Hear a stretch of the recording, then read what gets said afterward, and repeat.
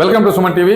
నేను నాగరాజ పుంగనూరు. గ్రామీణ ప్రాంతాల్లో మూఢనమ్మకాలు మరింత ఉచ్చస్థితికి దిగజారుతున్నాయి. ఎక్కడంటే పుంగనూరు నియోజకవర్గం చౌడేపల్లి మండలం పంచాయతీ కేంద్రమైనటువంటి కాగితి పాఠశాలలో ఈ పరిస్థితి నెలకొంది. పాఠశాలలో వారం రోజుల క్రితము ఎవరో గుర్తు తెలియని వ్యక్తులు అక్కడ క్షుద్ర పూజలు చేశారనే, అదే రోజు ఒక బాలుడు ఆ ముగ్గు దాటాడని, తర్వాత 3 రోజుల తర్వాత అతను అనారోగ్యంతో మరణించితే దానికి క్షుద్ర పూజలు ఆపాదించి దానివల్ల చనిపోయినాడనేసి ప్రాపగండా కావడంతో 2 రోజుల పాటు ఆ పాఠశాలకు విద్యార్థులు రాకుండా పోతారు. గ్రామస్తులు కానీ అందరూ కానీ ఆ పాఠశాలకు ప్రహరీ గోడ ఏర్పాటు చేస్తే ఈ పరిస్థితి ఉన్నది కాదని వాళ్ళు అంటున్నారు. వారి మాటల్లోనే విందాం పదండి.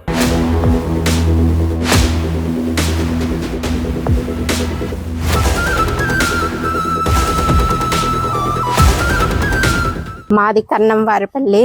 మా పిల్లోళ్ళు కాగితి పాఠశాలకి వెళ్తున్నారు. గత 3 రోజులుగా స్కూల్ పాఠశాలకి మేము పంపించడం లేదు. ఎందుకు అంటే అక్కడ శుద్ర పూజ జరిగిందని ఒక పిల్లోడు దాన్ని తొక్కేశాడని భయపడి చనిపోయినాడు.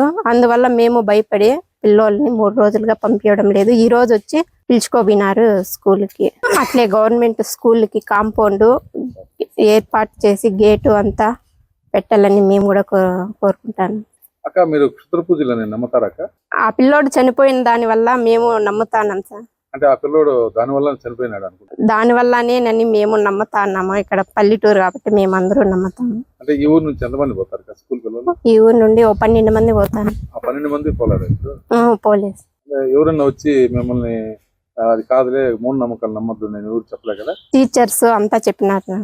అయితే ఎందుకు పంపించలేదు 3 రోజులు? మాకెందుకో కొంచెం భయంగా ఉందని 2 రోజులు పిల్లోళ్ళు ఇంటి దగ్గర ధైర్యం చెప్పి మళ్ళీ పంపిద్దాంలే ఇంటి దగ్గరే. మొన్న జరిగిన కాగితి స్కూల్ గ్రామంలో ఏదో ఛత్ర పూజలు ఏదో ఉన్నాయని చెప్పి దాని మీద పేపర్ కూడా వచ్చింది.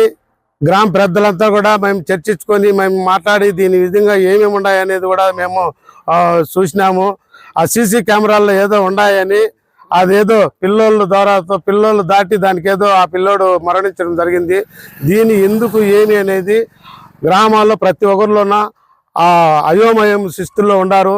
దీనికంతా ఆ స్కూల్ హెడ్ మాస్టర్ కానీ వాళ్ళకి దానికి సంబంధించిన కానీ ఆ కమిటీలు కానీ అందరూ కూడా కానీ పేరారెస్ మీటింగ్ పెట్టి తల్లిదండ్రులు పిల్లలందరినీ కూడా పిలిపించి ఆ గ్రామంలో ఉండే పెద్దలందరినీ కూడా పిలిపించి దీనికి తగిన పోలీస్ డిపార్ట్మెంట్ కానీ ఎంఆర్ఓ కానీ ఎండిఓ గారు కానీ అందరూ వచ్చి మా స్కూల్కి దానికి ఈ అపోహలు లేకుండా ఈ కచ్చలు కార్యక్రమాలు లేకుండా ఒక మీటింగ్ పెట్టి దగ్గరలోనే మా కాగితి గ్రామాన్ని ఈ మనోభావాలన్నీ తీయకుండా అభివృద్ధిగా చేసేదానికి అందరూ తోడ్పడి అందరూ సహకరించి మా కాగితి గ్రామానికి ప్రతి ఒక్కరూ వచ్చి మా మూఢనమ్మకాలను ఇవన్నీ ఉన్నాయా లేవా అని చర్చించి దీనికి న్యాయం చేస్తారని కోరుకుంటూ ఈ అవకాశం ఇచ్చిన పెద్దలందరికీ కూడా ధన్యవాదాలు తెలుపుకుంటాం.